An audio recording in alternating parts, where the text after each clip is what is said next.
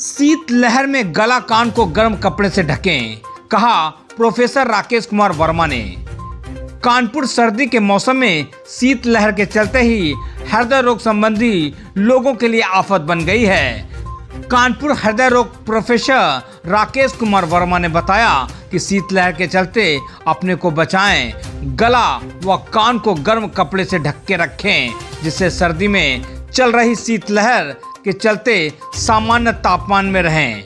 आगे बताया कि हृदय संबंधी बीमारी होने की वजह से सर्दी के कारण हमारे शरीर की नसों में रक्त जमना व खून गाढ़ा होने लगता है। इन्हीं सब कारणों से हार्ट अटैक होने की संभावनाएं बढ़ जाती हैं। समस्या होते ही नजदीकी हॉस्पिटल व हृदय रोग अस्पताल में संपर्क करें। कानपुर से अमर स्तंभ के लिए उत्तर प्रदेश ब्यूरो चीफ पप्पू यादव की report. Professor doctor Rakesh Kumar Verma, हृदय रोग संस्थान कानपुर में नियुक्त हूँ। मैं आपको ठंडक से जो दुष्प्रभाव हैं उनके बारे में आपको कुछ जानकारी देना चाह रहा हूँ, क्योंकि शीतलहर है और इस शीतलहर का प्रभाव हमारे दो इम्पॉर्टेंट आर्गन पर प्रभाव पड़ता है। एक तो है ब्रेन, दूसरा है हार्ट। क्योंकि हम हृदय शल्य चिकित्सक हैं, मैं इसके बारे में डिस्कस करूंगा कि हृदय में किस तरह से जब कोल्ड होता है, जो इस समय की बहुत शीतलहर चल रही है, उससे क्या होता है, हमारे शरीर में सर्कुलेशन स्लगिश हो जाता है, मतलब उसकी रफ्तार स्लो हो जाती है। और इस कारण जो है हमारा जब स्लो सर्कुलेशन होता है तो प्लेटलेट एग्रीगेशन के चांसेस बढ़ जाते हैं। तो जिन मरीजों में या तो बीमारी पहले से है, जैसे कि हृदय की धमनियों में रुकावट पहले से है या नहीं है, उन सभी लोगों में अटैक पड़ने की संभावना बहुत ज़्यादा बढ़ जाती है। इन परिस्थितियों में हम लोगों को ये ध्यान रखना है कि सबसे पहले जो भी शीतलहर के इस प्रभाव में हम लोगों को गर्म कमरे में रहना चाहिए और जब भी बाहर निकले तो बाहर का टेम्परेचर नियर नॉर्मल होना चाहिए। लेकिन ये तो बचाव की बात है। यदि अगर हमें अटैक पड़ जाता है तो हमें क्या करना है, हमें नियरेस्ट हॉस्पिटल में इमीडिएट जाने के पहले हम लोगों को एस्पिरिन की गोली और एटोरवास्टैटिन की गोली अपने घर में रखनी चाहिए और कम से कम 150 मिलीग्राम एस्पिरिन और 80 मिलीग्राम एटोरवास्टैटिन को इमीडिएटली ले लेना चाहिए। तब हमको प्रोसीड करना चाहिए कि हृदय रोग संस्थान की तरफ बढ़ें या नियरेस्ट हॉस्पिटल की तरफ बढ़ें, फिर वहाँ पर उसका उपचार पूर्णतः संभव हो सकता है। ये तो हम हृदय के बारे में बताना चाह रहे हैं, जिसमें कि सबसे ज़्यादा प्रभाव हमारी हृदय की धमनियों में पड़ता है, जिसके कारण अटैक होता है। दूसरा आर्गन जो हमारे शरीर की संरचना में वो बहुत इम्पॉर्टेंट आर्गन है, जिसको कि हम ब्रेन कहते हैं। जिस तरह हमारे हृदय की नसें बहुत ही पतली होती हैं और नसों का गुच्छा होता है, उसी तरह ब्रेन में भी नसों का गुच्छा होता है जो बहुत ही पतली होती है।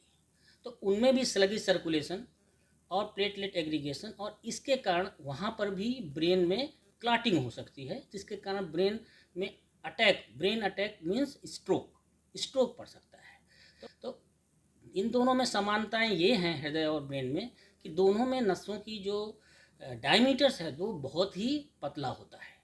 अब जब जितना डायमीटर पतला होगा तो खून का सर्कुलेशन कम होगा, विस्कोसिटी खून की ज़्यादा होगी, तो अटैक या तो हार्ट अटैक पड़ सकता है या तो ब्रेन स्ट्रोक पड़ने की संभावना पूरी रहती है। ये दो आर्गन बहुत ही इम्पॉर्टेंट हैं, जिन पे दोनों में डैमेज काफ़ी आपके लिए शरीर के लिए नुकसानदेह हो सकता है।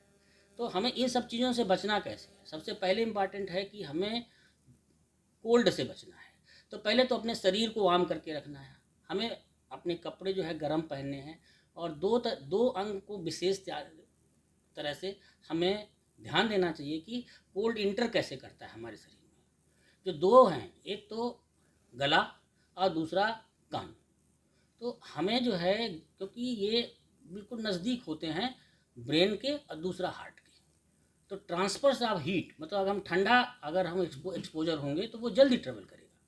तो ऐसी परिस्थितियों में हमें अपने कान को बहुत गर्म कपड़े से कवर करके रखना चाहिए और गर्दन को भी कवर करके रखना चाहिए इस तरह की, जिससे कि ये कोल्ड हमें डायरेक्ट एक्सपोजर ना हो और इसका डायरेक्ट प्रभाव शरीर पे ना पड़ो। एक तो ये सबसे इम्पॉर्टेंट चीज़ है कि हमें कपड़े अच्छे गर्म पहनने चाहिए और कान और गले को बंद करके रखना चाहिए। दूसरी, हम जहाँ रह रहे हैं उस कमरे का भी टेम्परेचर नियर नॉर्मल होना चाहिए। तो हमें जो है वार्मर का इस्तेमाल करना चाहिए। वार्मर में भी बहुत ध्यान देने वाली बात है। कई तरह के मार्केट में अवेलेबल है। एक तो हीटर होता है, एक होता है ऑयल हीटर। हम लोगों को ऑयल हीटर प्रेफर करना चाहिए, यदि अगर संभव है तो ऑयल हीटर इज बेटर। और आग को जला करके नहीं रखना चाहिए, क्योंकि उससे कार्बन डाइऑक्साइड का प्रोडक्शन बढ़ सकता है और वो हमारे लिए हानिकारक हो सकता है। तीसरा जो सबसे इम्पॉर्टेंट चीज़ है, जब हम घर से बाहर निकलें तो ये अनुमान लगाएं कि टेम्परेचर बाहर का नियर नॉर्मल है कि नहीं, तभी हम लोगों को अंदर से बाहर निकलना चाहिए। 24 hour round the clock cardiac medicine की टीम रहती है। कार्डियक सर्जन बैकअप में रहता है। कार्डियक एनेस्थीसिया की टीम, जो बेहोशी देने वाली टीम, वो भी 8 आवरली ड्यूटी पे रहते हैं और 24 आवर इंटू 7 एक्शन में रहते हैं। इन समय में जो कोल्ड होता है तो हमारे यहाँ पर पेशेंट की अमूमन जो है कम से कम 5 to 10 टाइम्स अटैक की मरीजों की संख्या बढ़ जाती है।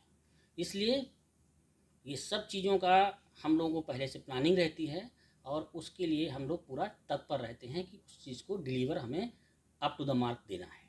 गर्मी की अपेक्षा कितने जाड़े में निकलना है? 5 to 10 टाइम्स बढ़ते हैं जाड़े में। ये जग जाहिर है, ये कोई यहाँ की बात नहीं है, हर जगह। कोल्ड में 2 ही आर्गन हैं, पहले मैं बता चुका हूँ, हृदय और ब्रेन। तो हृदयाघात 5 to 10 टाइम्स बढ़ जाता है, इसमें कोई कन्फ्यूजन नहीं है।